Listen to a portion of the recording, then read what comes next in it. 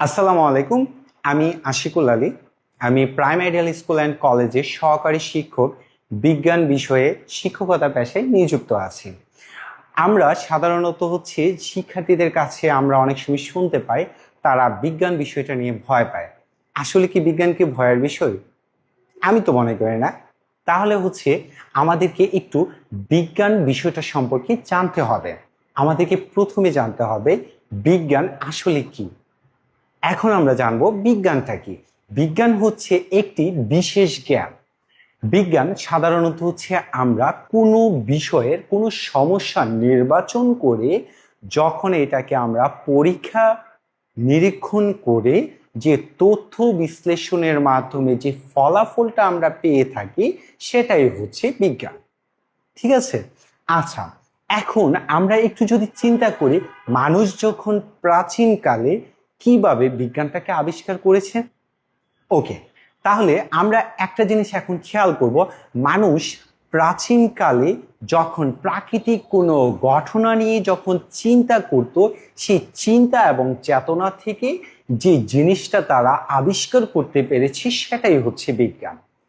বিজ্ঞানের প্রাচীন সভ্যতার ইতিহাসে আমরা দেখতে পাই ভারত, চীন, তারপর মিশরে মূলত আমরা অনেক বিষয়ে বিজ্ঞানীদের গবেষণা দেখতে পাই।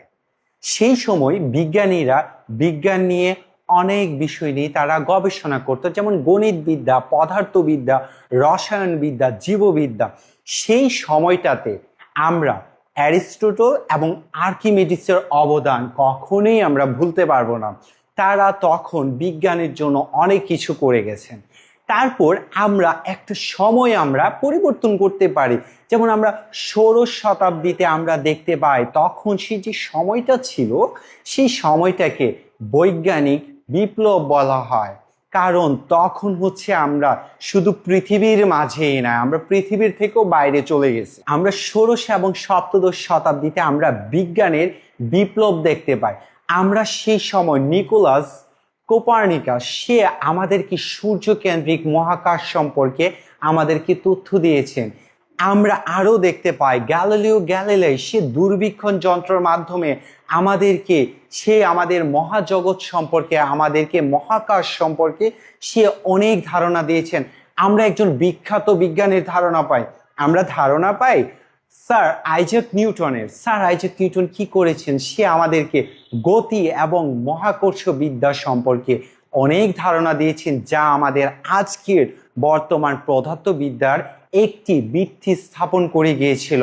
আমরা ঊনবিংশ এবং বিংশ শতাব্দীতে আমরা চার্লস ডারউইনের আমরা বিবর্তনবিদ্যা বা বিবর্তনবাদ যে সেই সম্পর্কে আমরা ধারণা পাই।